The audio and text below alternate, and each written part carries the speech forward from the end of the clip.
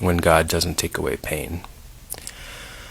On my run this morning, I, for some reason, was thinking back on a sermon that I did in college, and looking at things from a different perspective. I'm at a different point of life now, and it was on the story of Hagar. And if you're unfamiliar, basically Abram at the time, old ass dude, old ass wife, could not have children, so she tells Abram, hey, go sleep with my slave, we'll have a children and a kingdom through her.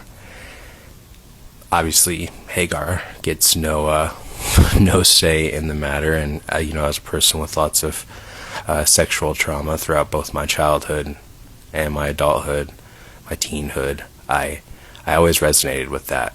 She doesn't get a choice on what happens to her body, and then she becomes pregnant, and then starts to feel a type of way towards Sarah. Who wouldn't? How could she not? And then Sarah sends her away, starts to abuse her, and Abram just says, do what you want, do what you think's best. And so Hagar flees. She flees to the wilderness to get away, and it's in that space where God shows up, an angel of the Lord, and he asks her, what's up? Like, what are you doing? And she tells him, and she ends up saying, he ends up asking her to go back to that situation. And I took that to mean, that God sees our pain. It says in that passage that she gave God the name El Roi, which means the God who sees, and names her son Ishmael. God hears. But this morning I was thinking on that for some reason, and thinking like, well, what else was she gonna do though? I used to think like how hard it was that he would ask her to go back to that situation, to go back to Sarah, to potentially be mistreated. And yet this morning I was thinking like, well, the other option was to stay in the wilderness. A mother with a newborn, like, what was she gonna do? How was she gonna fend for herself? And just thinking on, sometimes God does not, or whatever we see as God, creator, universe, spirit. I for sure am not a subscriber to any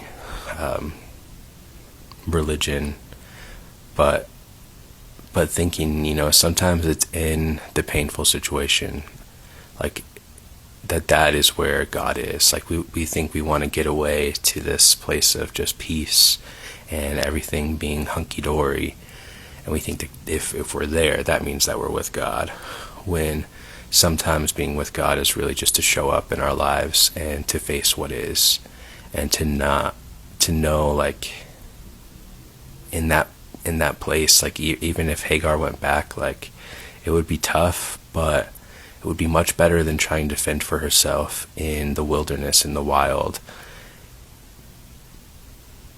And I just think about that for my own life, like, and what I'm facing right now, and trying to work on my fitness, my sobriety.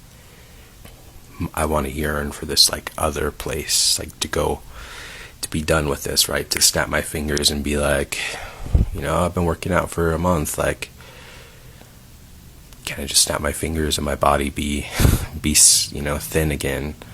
And I think it's just continuing to show up and to meet God in the place that we are, because when we do that, like, that's where we get formed, and that's when things come together and we become who we're supposed to be.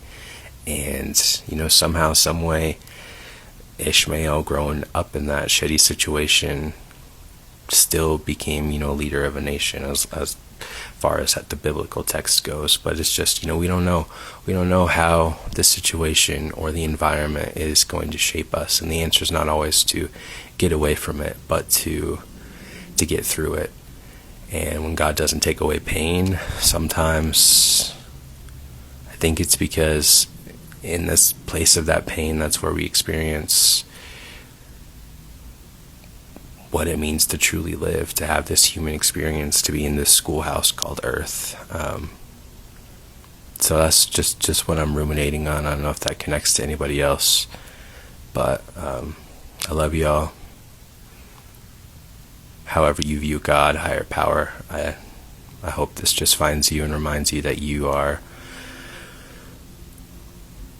seen and you're heard and you are loved. And together you and I are gonna make it through whatever this thing is in front of us that we're going through. So